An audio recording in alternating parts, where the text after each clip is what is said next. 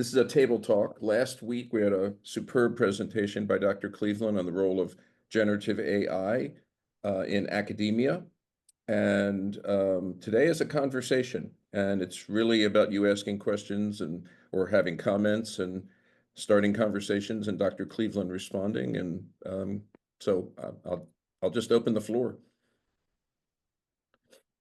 And while you guys are thinking of questions, if you would like a little, Dr. Eileen, I know you can share some stuff too. So one of the things I've heard often is, we're talking about the conversation, which is huge. We need to talk about the conversation.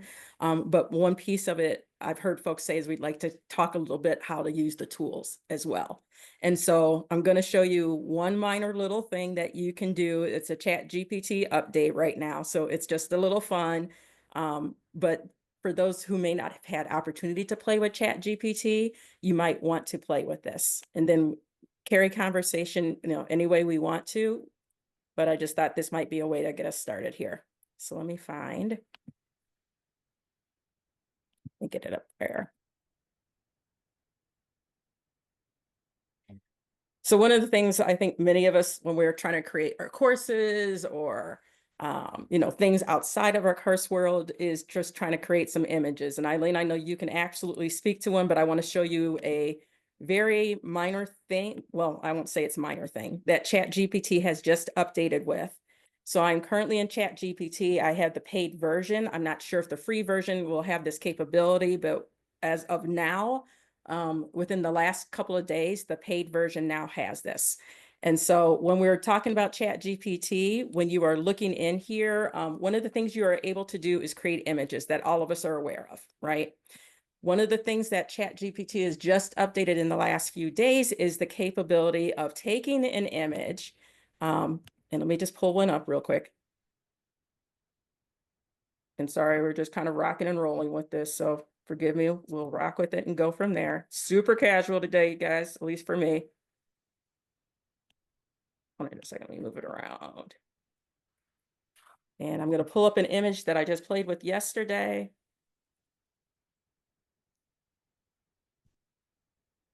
Okay, so I've attached this image. And now you have this ability. We've always had the ability to create an image, but when we historically had to create an image, you guys, we really had to, even if you attached an image, you pretty much kind of had to describe what the image is about. So now ChatGPT has given us the ability to upload the image. It has, and this is the paid version again, hit create image and create image attached. And I want to see it in a, what style do I want to do it? Anime style. Okay. So a couple of things while this is generating. Notice I had to pick a nice picture. I'm not going to pick my real pictures that I tend to play with because it kind of gives more texture with it. But I picked this one just to kind of give an idea. What the update has done now is that it actually has the ability to create from that image. And so it takes a little longer now. You'll see when it was creating images before, it was kind of a shorter time frame. But again, you had to kind of describe. So previously, what I would have had to do is say, create a light brown skinned woman, long hair, brown hair, describe all the features associated with it. But you see that my prompt, my command is just create an image attached in that particular style. So a couple of things with this right now, you see it's formulating. It does take longer, but it is kind of starting to create that image of me in terms of this. Okay, so I wanted to share this with you just because it's a fun little thing and it's something that you could try for yourself. And I do this, like I said in my presentation, I'm a comic book kind of person. So like the Avengers and stuff. So of course I've made myself in a superhero and, Baroque style because I want to see it in, Bridgerton, you just have some fun. So this is also a great way for your kids to kind of get used to a little bit of playing with that. That's a great way to kind of get them involved with it. So as you guys can kind of see the image popping up, you guys all seeing that? Mm-hmm. Okay. It's taken a little bit, but you can kind of see that I've got the anime style version of me in that, but I didn't have to do a description before. That So I just sounds wanted to show you this is a fun little thing that you could try for yourself to see. Just as an FYI, the rule now is where you could describe other people in your images before, you have to now seek permission for other individuals in the image. Okay, so they're doing some protective measures from that standpoint. So I just, Sam. yep, I'm sorry. Um, so now that you can just hit create image, have you lost control, or is it someplace else? Like, let's say we want to take this image and say hair to her neck, Yes, or darker eyebrows or whatever. yes. How do you do that? So this is great. I just played with this yesterday just to see, and I was all just happy because it was fun. This is great because me and Chatty are good friends. So we're gonna see this. I'm not sure myself. So let's see. Can you create the same image, but make the hair uh Shorter. a Oh, short bob, just to give it something. Oh, and Dr. Cleveland, you can also put in some weight. You can also lose some weight. I'm not saying I've done No, add to it. that's Okay, yes, we've yeah, done it. type in there. Absolutely. Like you can play and create your avatar. And it's really interesting because there's been studies out there about what your avatar, what you think you look like, and how you create yourself and how you want to express yourself. So there has been a lot of, I won't say a lot of, but increasing amount of research in that particular arena right now. So yes, and a long way about your answer. Yes, you can give it some modifications to mix to put like if I wanted to change the outfit, whatever it might be. So this will take a few minutes, but I'll stop sharing and let's see. I see some comments in the chat. Okay, cool. Can you create famous artists such as, yes, so what you can do, so one of the questions Dr. Saltzman's asked is, can you create famous artists such as Picasso or Monet? Yes, you can. So it depends on, are you trying to create the print or are you trying to create the individual? If it's the individual, yes, you could. The print you have to kind of be careful with because that is something that they'll pay attention to. So you could say something along the line in your prompt, again, which is your command. Can you create a Picasso style image of this particular painting, blah, blah, blah. I have not played with it with this feature yet, but we can do some of that. Eileen, I'm gonna make you pop in because I know, yep, you already know. Just keep yourself off mute. You and I are gonna tag team on this. So the free version also has this, but you need to get in line because us paid people go first. Yes. But so yours might take longer, but it's super fun. And I'm getting mixed reactions. Sometimes it will do it. You could do Pixar style, Disney, Yep. classic Disney, modern Disney, Yep. Simpsons, Muppets, Peanuts, all kinds of different versions. But I am getting hit or misses where sometimes it will say no because it's a copyright protected. Correct. So I then need to be more descriptive, like, and try to get around it, like find a loophole. Yep. And other times it will just magically do it. You can do it from any picture. So, for example, with this one that Dr. Cleveland already shared, she can say, now place her sitting, taking tea under the Eiffel Tower, and it will do that and just keep the same style and the same face throughout. So it becomes a fun tool to make like little comic books and little storybooks if you wanted. Um, my it's a little controversial right now, copying Ghibli style, which is like uh, Miyazaki's art style with a lot Yep. of the designs that they did for Google for Studio Ghibli, which then sold for Disney. So if you can do Disney, but you can't do Ghibli, you can actually, well, okay, sorry, let me back up. It became super trendy and the actual artist Hayao Miyazaki said that it was killing the art. It was lifeless. So even though everybody on social media is posting themselves Ghibli style, there's also this big controversy where people say the artist doesn't want you to do it. So we are still kind of in the lines of debate of what is not ethical. The other big update is it can now actually spell and type. Yes. Yes. That's huge. Before, it would do little hieroglyphics that resembled writing, but now it actually writes and spells. So flowcharts, presentations, infographics, all that can now easily be done. Thank you. Yeah, thanks for those additions. So I just, while she was talking, I just made a Disney style super quick. So you can kind of see it and just have some fun with it. And I saw the challenge question. So Christine, when you were talking about the challenge question, I'm going to pull you off mute for a second. Your challenge question was, can the students, it's in the chat for everybody, can doctoral students take 4 or 5 studies that they are using to support their topic and ask it to create a map of the study, method, number of participants, issue, investigated findings, recommendation.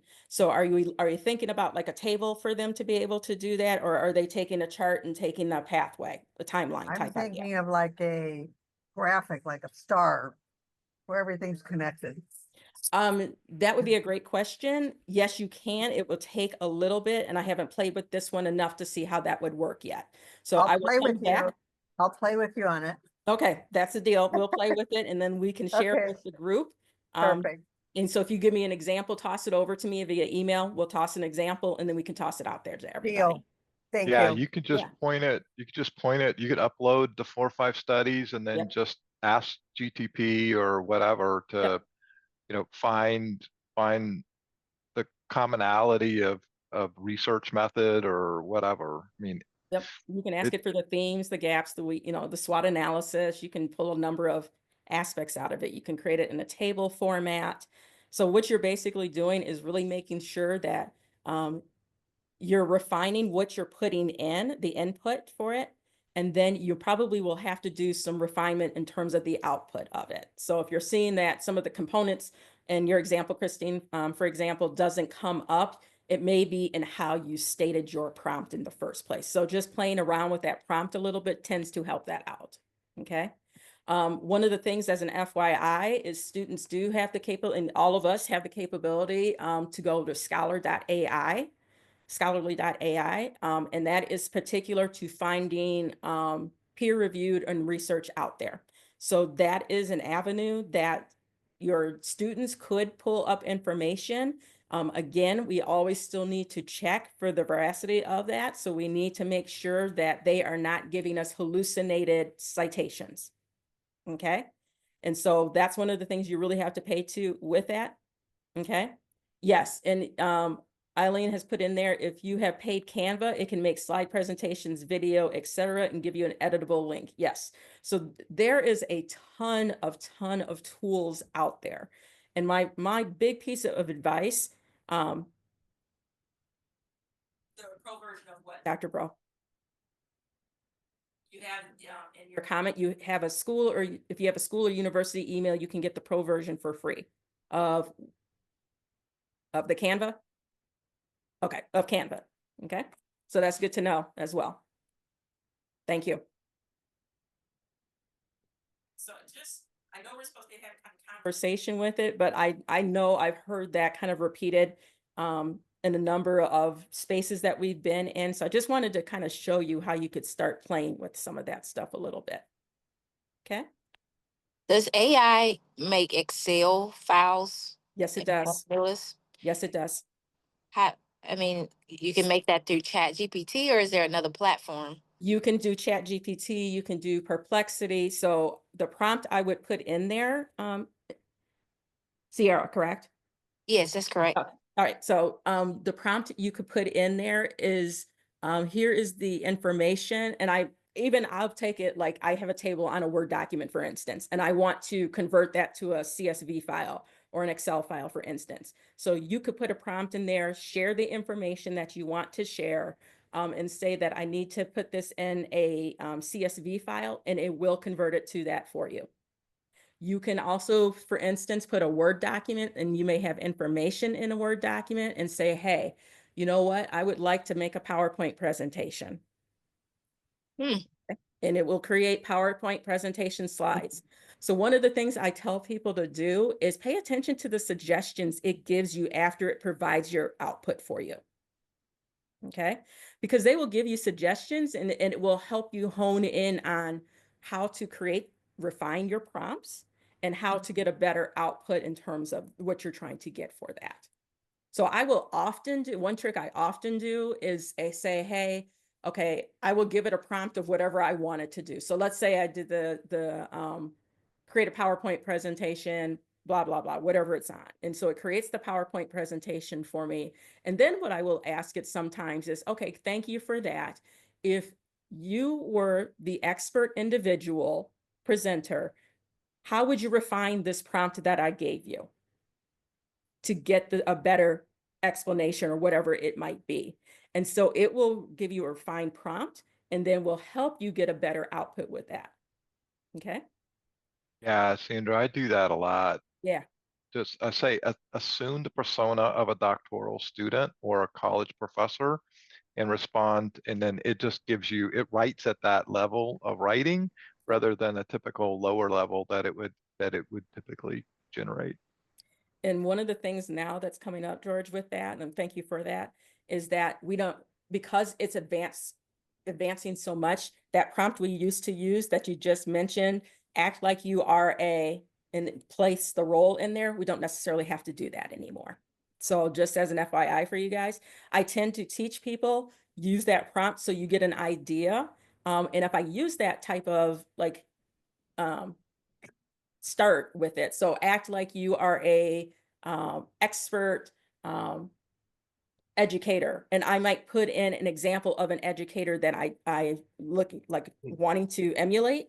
You could do it that way, but for the most part, in general, it was kind of, yeah. We also did, yeah, we did dad jokes too. We had fun with that. You could also do that. Okay. Other things that you might think about in terms of creation is think about, we had conversation, and pulling it back into the conversation we had last week, and we talked about alternative assignments. And so you might take one of your assignments and say, hey, this is my assignment, and I would like to can you brainstorm some ideas of alternative ways I might present this assignment for visual type learners, for audio-based learners? So how could we tweak the assignment from their perspective? Or what are some alternative creative assignments that you might develop out of this? Okay.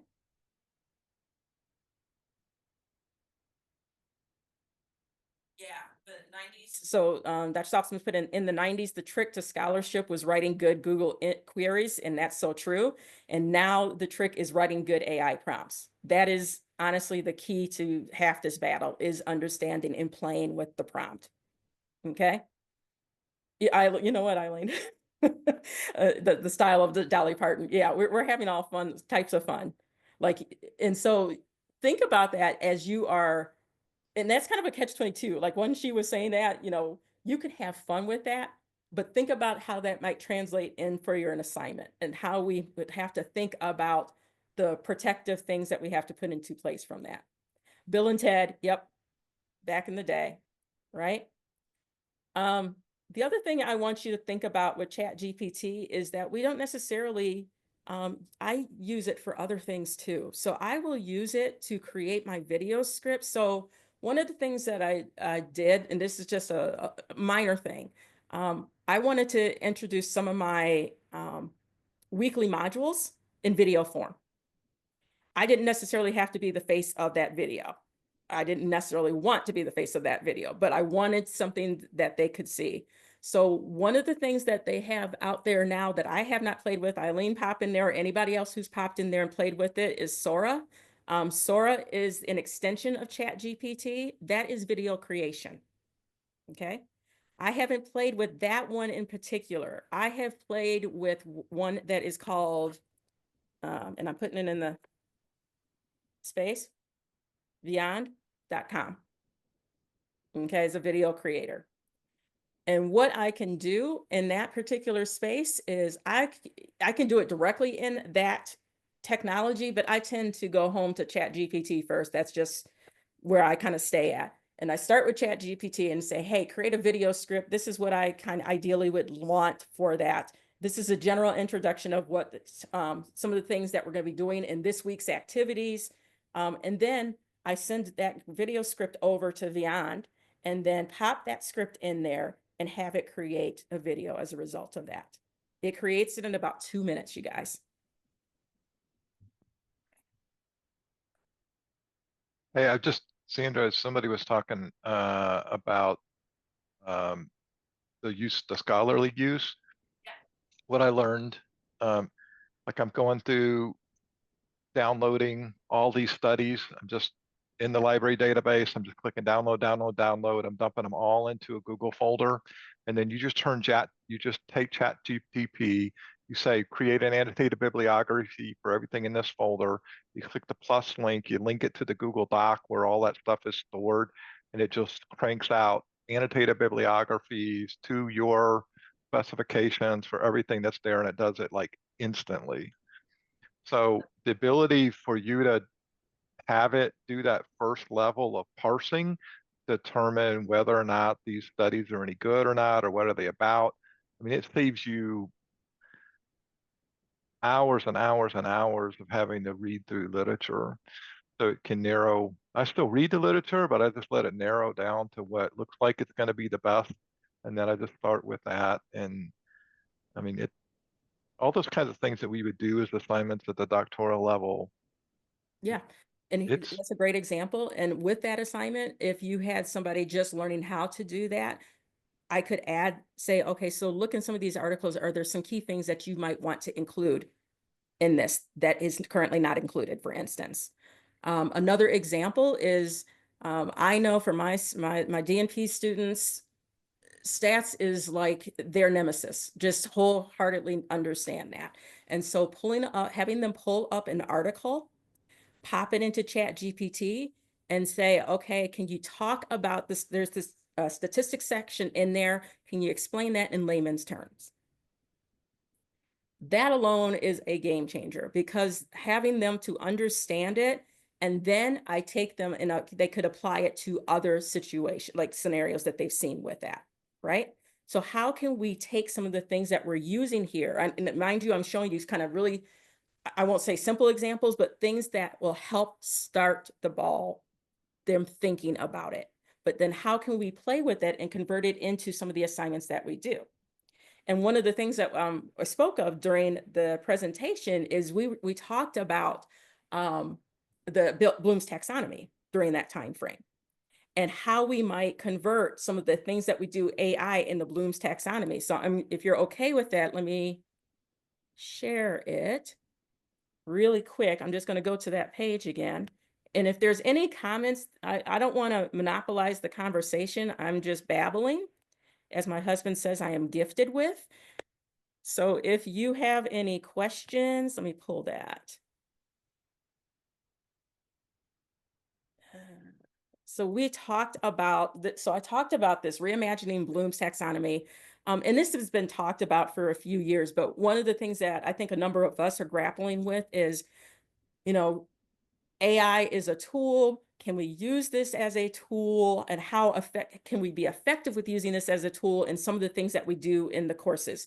Can the students use the AI in certain instances? So this is just a kind of a loose guideline, again, that can help us think about, if we're at the remembering stage on the taxonomy, what are some of the assignments that we might be able to do? And so one thing you might want to do is take this Bloom taxonomy and with the AI, and then say, this is kind of the type of assignment that I would like to do. I would like to do it under the remembering stage of Bloom's taxonomy. Can you create an assignment based on these learning outcomes? okay, or the course outcomes or whatever it might be. And this is what we want them to achieve with it. And it can give you some of that information, you guys. Indra, can I chime in? Yeah, absolutely. Okay, so in the chat, I responded to Jillian Yep. with the prompt I share with my students. I'm actually currently teaching a leadership course at the master's level, and I have a Yep. couple of students. My course is limited AI, so they can use it for brainstorming and just, pulling apart questions and bringing it back together. Yep. Their final answer and whatever they submit has to be their own words, 100%. Yep. So, but what I'm doing is through my announcements, I'm promoting the idea of them using AI that comes, Gemini that comes standard with their ACU email, and then adding this prompt. So the AI will, we're switching it from being a cheating machine into being a thought partner.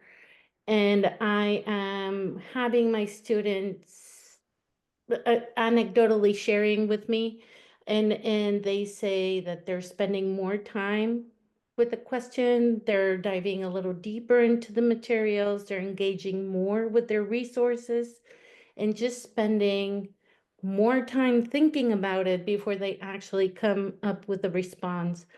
I'm also asking them to plug in the assignment and the rubric and make Yep. sure that they're having the AI try to assess it.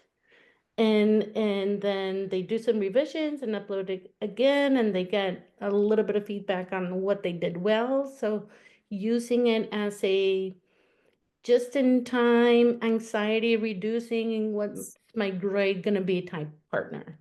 Absolutely. And thank you for that. And I think another avenue that I've used it as well is tutor, right? So really thinking about if you have a concept that they've struggled with, can we use it for that to help them understand it? And then put it in their words in a situation that is unique to them, okay? Because we still need to, in this AI world, have the human side of everything that's going on with it. Can they still put it in there and have that as part of their assignment? Absolutely. Right? That's a potential way that we might be doing things. Okay. But one of the things we have to think about in terms of the assignments that we provide with them and incorporate AI is that we need to teach them the skill of discernment. That's going to be a huge skill that is going to have to be incorporated. That's my take on it, Eileen. I see you nodding your head. Others may be nodding their head as well, but that's going to be a huge skill that they're going to have to build up on in terms of this so that we can use that, have them use that effectively. Because part of the reality is that if they're looking at future job roles, it's in there now. So we need to teach them how they are effectively using it within their respective fields. And And- Sandra, that's where I was going to go. So the content of things that we're teaching now, especially like in the sciences, will change. And so they can learn the content, but I think the most important part of doctoral education is critical thinking. Yeah. And I would even say skeptical thinking. Mm-hmm. But it would be very easy for students to overuse this. Yeah. And I wonder if it dilutes out that critical thinking. And how do we prevent that from happening? And that's a big question. Like that's a huge question that I'm going to give a very shortened answer with. Okay. And everybody else jump into this conversation too, please. So my first thought is it's not just critical thinking that we're helping them develop, but it's creativity thinking as well. And so we need a balance between those two factors with it. And so when I teach them about AI, and I think a number of us have heard this, it's not just artificial intelligence, but it's authentic intelligence too. How do we take a balance between those two aspects? And so when we're talking about critical thinking, we still have to relay it to that real world environment and whatever that might be. So I need to take it beyond the initial things in the lower levels of blooms and apply it. How do we apply this in your world? We have to extend beyond that. Okay. Eileen, go ahead. The other thing that I've seen, yes, it can reduce some of the anxiety before because it can double check against the rubric. But sometimes when you train it to be a just-in-time tutor, it can also overcoach. Yes. And it gets that student really, really far away from that zone of proximal development. So they're really not learning because they don't have a healthy struggle. There's a couple of different strategies where you can train the AI only on the rubric. Yes. But when the feedback comes back, you just say a little improvement, a lot of improvement, but you don't say where or why. And just let the student struggle with it and try to figure it out. So that, John, can help build that critical thinking where they need to figure it out. Okay, I'm not there yet. And what is it about the rubric in my assignment? And try to make those connections, because it can overcoach, it can hold the student's hand way too much.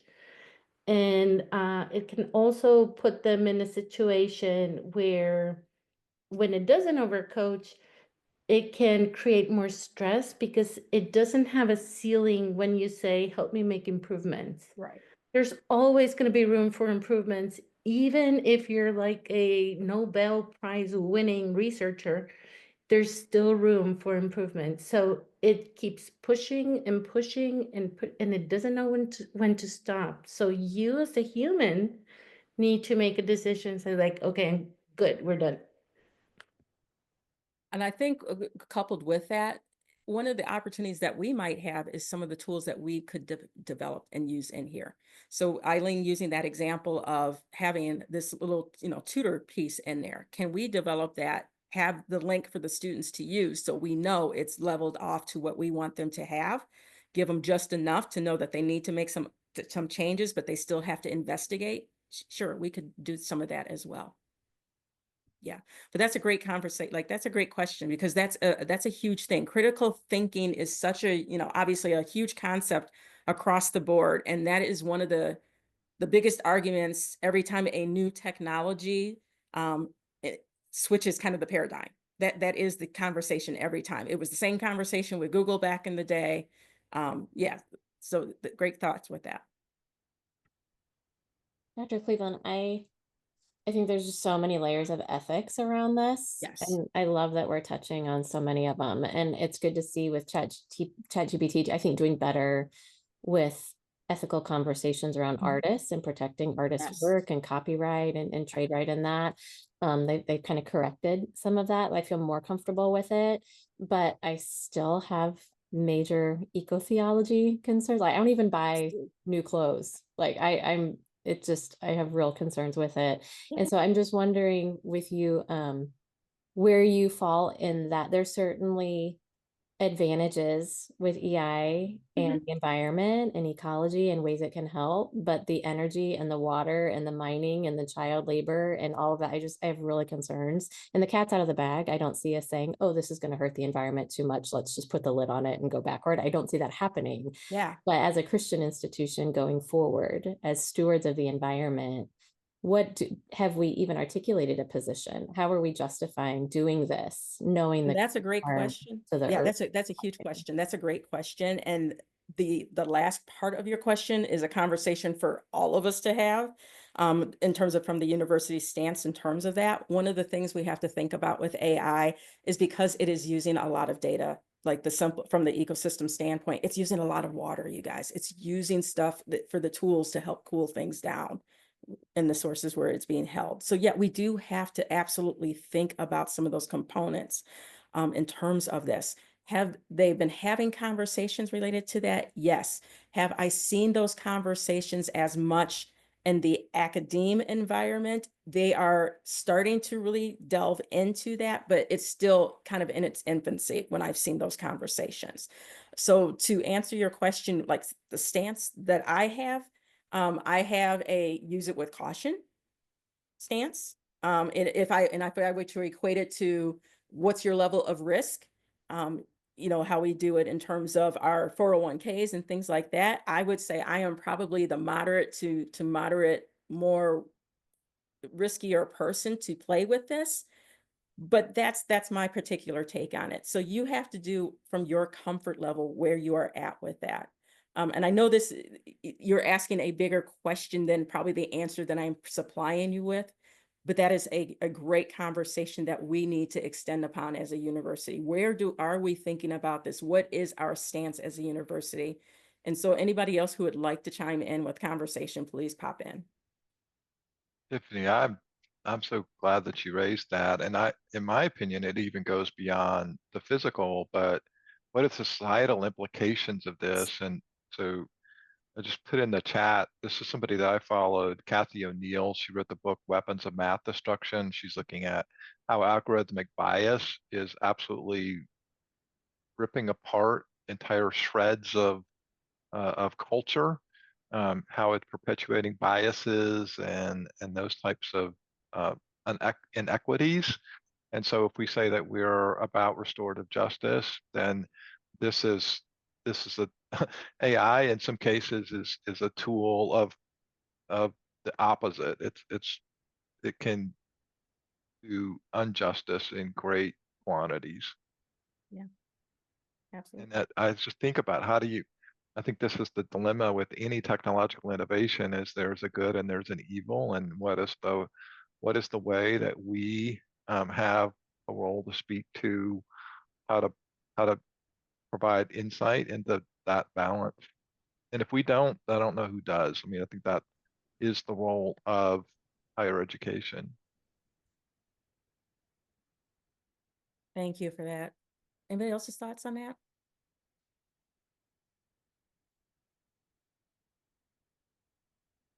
All right. Other questions, other thoughts about anything? Whether it was this conversation or the previous conversations as well?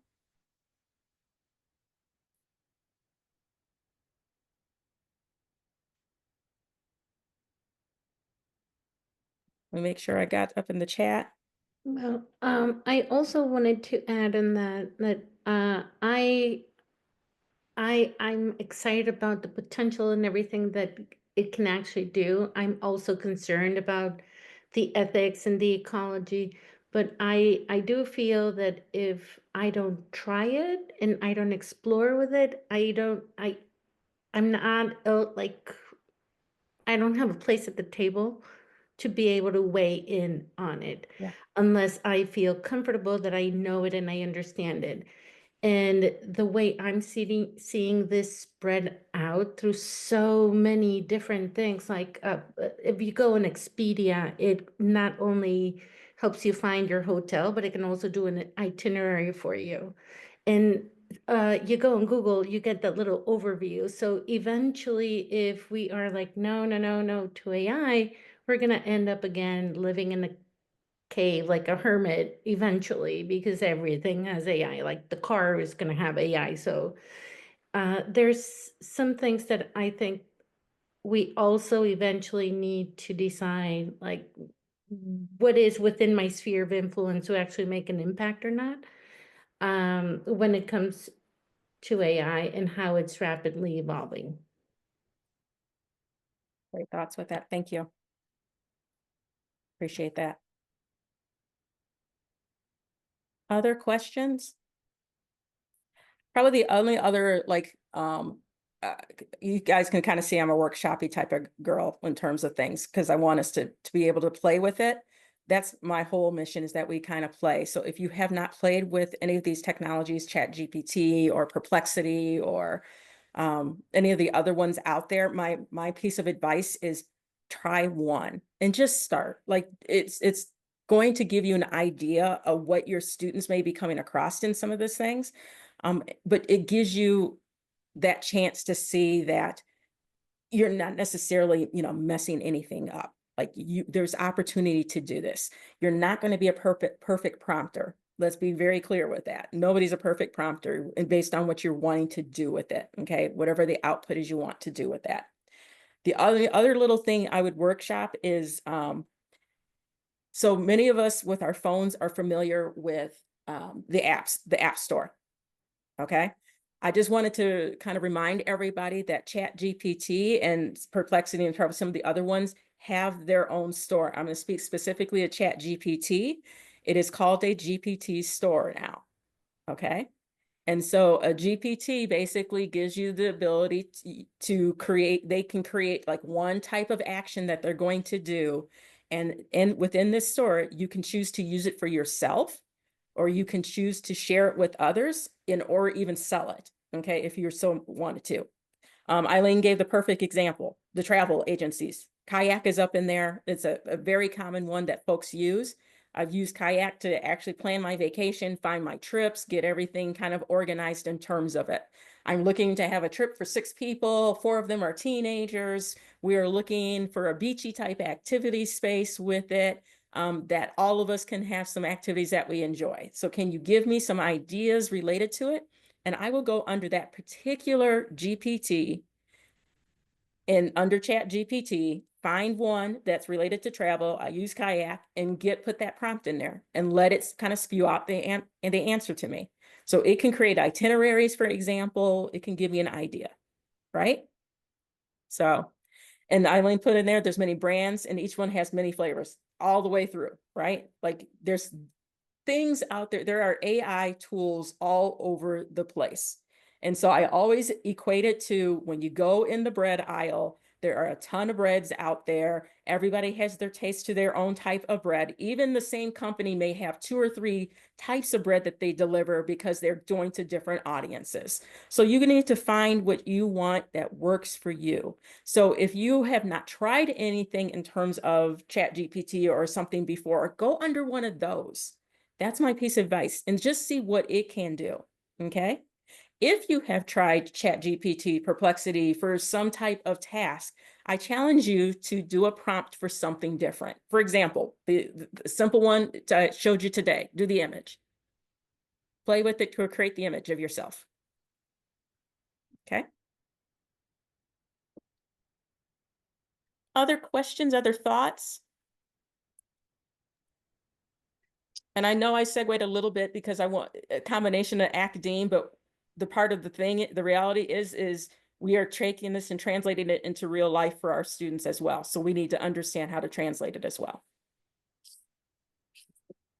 Where are these recorded videos housed? I'm going to defer to John for that. Great question. Yeah. I know that when you click the record button, it gives you the option to save locally or save to the cloud. If you save to the cloud, it saves up into the Zoom space that ACU Online owns, and they'll stay there for a number of days. But whoever set it up has to say whether it's available to the public or available to just the meeting attendees. And I do That I don't. recall, yeah, I do recall that I think Dina sends out an after meeting thing, and it incorporates the link in there as well. Okay, Yeah, thank so you. try to look for that. Yeah. This is just in the table in the context of a roundtable conversation. I see Mark McAllen in the library, and I think the library was so important to helping us make it through the 90s as we thought about moving from book searches to Google Yeah. searches. And we're talking about, the 90s being Google prompts. And I remember Mark McAllen talking about how to create structured searches with ands and ors. And like, man, I wonder what the library's role is in the future of AI prompts and how all that works. I mean, it's so similar, but also so different than the traditional role that the libraries played. Not curated information, it's created information, and Yeah. how to have the information literacy piece to that. That, Julie, that's, so much of what you do too, is how Right. to help. I kind of thought I'd love to hear that perspective. Yeah, I wholeheartedly agree. Because if you think about it with the AI, just from our perspectives as delivering and serving in terms of where our respective roles, we are essentially serving whatever stakeholder it might be, our customer, whether it's our students and or our coworkers or whatever environment you might be in, how you're trying to use that AI. And so there's opportunities from the point that our students or our potential students at that point in time that we as a university might incorporate some of those features to help draw them in, right? Can we have a unique stance AI? And Tiffany, to your point earlier, how do we put our stance on it? How do we put our stance on it and have that be a unique factor of what we bring for the student experience as well. All those things are really real in terms of that. I'd like to piggyback on that, Sandra. Thank you for Yeah. starting that conversation. Yeah. I volunteer with a group of many different universities. They're all doctoral people, and we're all AI enthusiasts. Yep. And how it could be a tool for learning. Part of the recent changes in in education and funding in higher ed is some of these universities are starting to look into creating customized AIs instead of open educational resources, Right. because they think that that's kind of where the trend is heading. So to have AIs that can teach you and have all the content and all your rubrics and all your assignments and work exactly the way you want it to be. So as a group, we're kind of envisioning that the future of education is going to be, of higher ed, is going to be directly linked to the quality of our AI and AI skills. Thank you. Yeah. Thank you for that.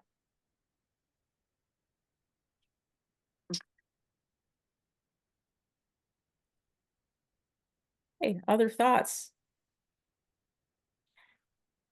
If nothing else, I hope you left out with something that you can take away between the conversation last week and something today that you could take away with you. Okay. My advice that I always give my students is KISS, and they hear it in their head to this day. My poor alumni students say, Dr. Sandy, I still hear you in my head. I'm sorry, but KISS, keep it simple and sane. And I use that especially for technology. Try one piece, try it for one purpose, and use it in terms of your classroom. If you're trying to use it towards your class environment, just one aspect, whether it's one assignment that you're trying to modify, whether it's generating alternate activities, whatever it might be, just try that one thing. Maybe it's just, you know what, I want to create a few images that align with some of the things that I have in the course. That's what you do. You just take that one step, you guys. And then let me see here. Oh, is that Eileen? Is that you popping this in there? Who popped this in there? Yep. George? It's comparison between Gemini, Yep. ChatGPT, and Perfect. Yes. So Eileen has just popped in there some of the differences, the comparisons between those. As a FYI, Perplexity actually houses most of those those engines in that particular site. And that still costs, the pro version still cost about 20 right now, 20 a month. Okay, so this is a great aspect. And actually, Eileen, do me a favor. Will you copy and paste that and toss that over to me? Because I could pop that in. It won't let me copy on my end. Are you able to copy it? That you just put in the chat? yes, The I'll send it. comparison? Mhm. Yeah. If you can send that, because I think that's a nice thing to help summarize if you want to try one and there's a purpose that you're trying to try it for, which one might serve you best. Okay. Dr. Cleveland, thank you so much. 2 good weeks of very interesting, provocative conversation. We appreciate you. No, I appreciate it. Thank you. Thanks for inviting me. I appreciate it.